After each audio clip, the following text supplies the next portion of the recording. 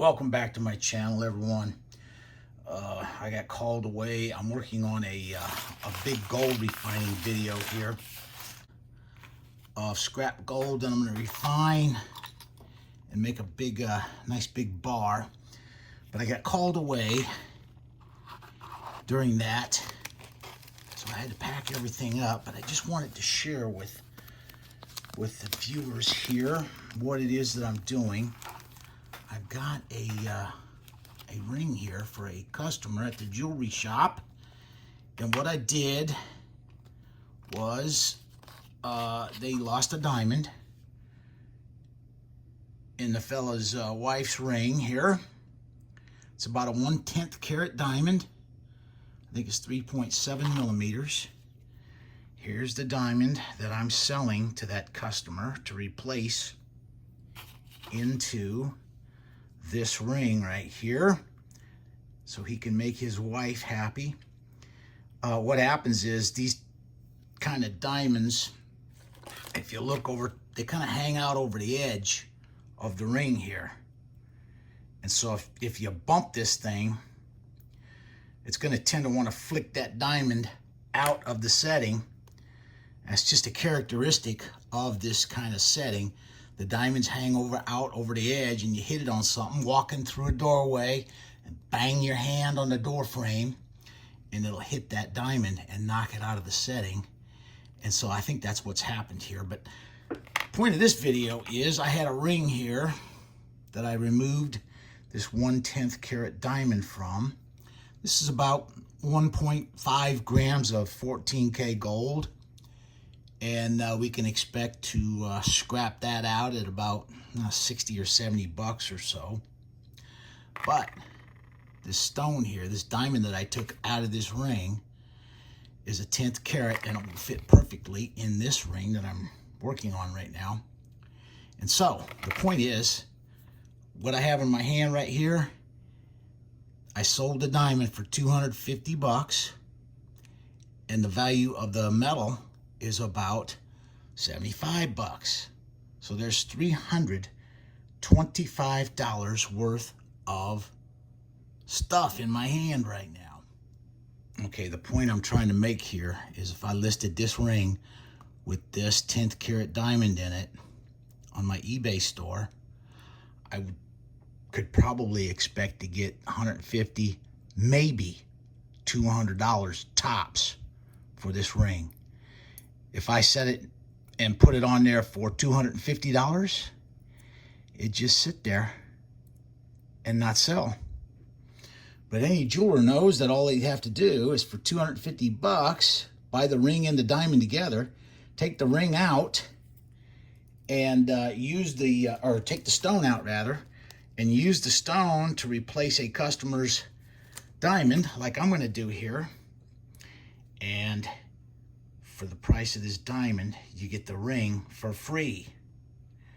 If I paid $250 for the diamond and the ring, took the diamond, sold it for $250, put it in the customer's ring, like I'm going to get ready to do right here, then I'd get the metal for free. However, on the flip side of that, if I tried to sell this ring for $250, this ring with this diamond in it right here, it'd sit there and it wouldn't sell.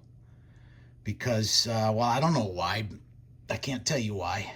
The point is, it doesn't make sense for me to list nice diamond rings like this on my eBay store when I can just take the stones out and use them to replace stones that customers lose from their rings. But the advantage for me is I work in a jewelry repair store.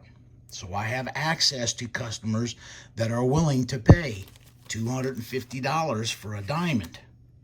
All right?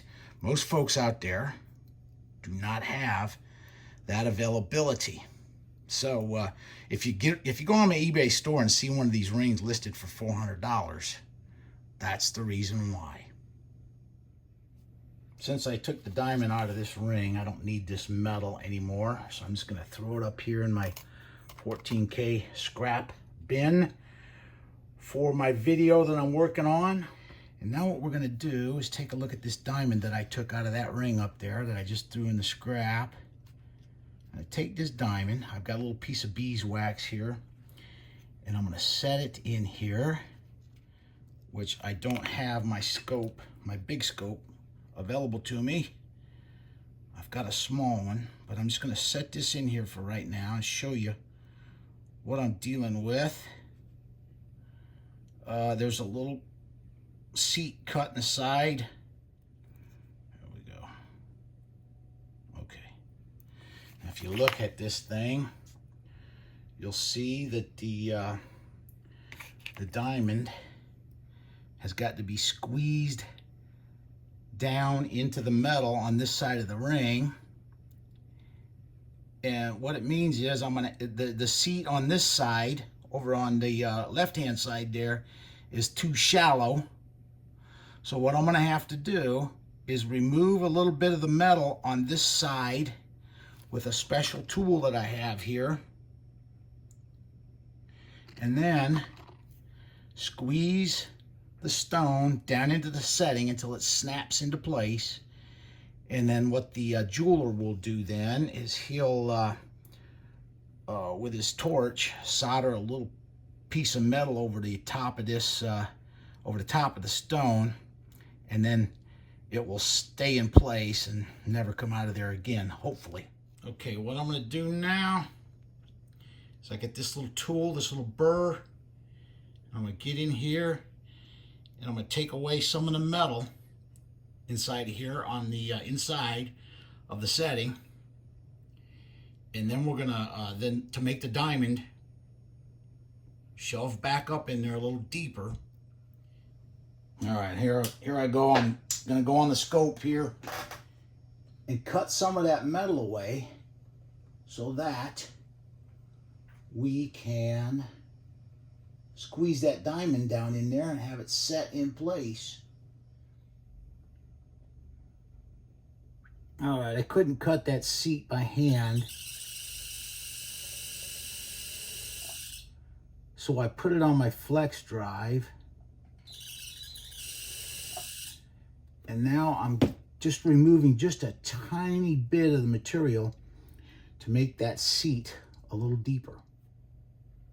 All right, here's a short view of the seat there that I just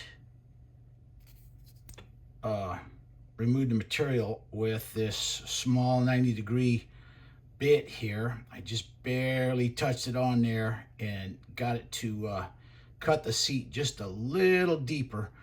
So now we're going to try to get that diamond to fit down in there. All right, here's a look at our diamond. And if you look, I've got another problem now. The point of the diamond is making contact with the bottom of the ring. If you look, the table on this one is much higher than on this one. So what I'm going to have to do is go through my my rings and find a diamond that's not quite as tall that I can fit down into this ring. This diamond's going to end up being too big. I won't be able to use it. So we're going to have to go back, look through what we got, and see if I can find one that's going to fit in there a little better. See right down there, the point is going to contact the bottom of this ring and it won't go down into the seat. And we don't want to remove any material from the bottom of this seat here and make the ring any weaker in that location. All right, I went through all of my material and sorted it all out. This is all 14K material. This is all 10K. And I've got a little bit of 18K back there.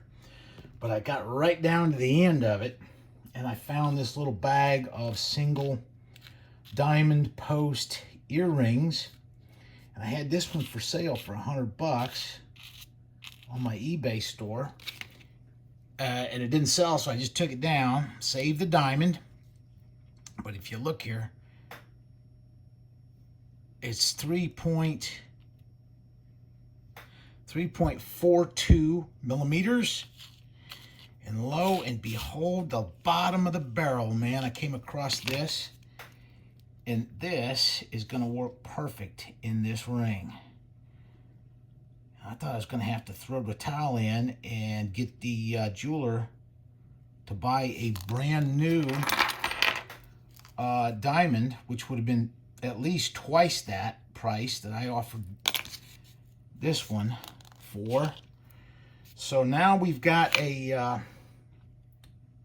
viable diamond to put in this fella's ring.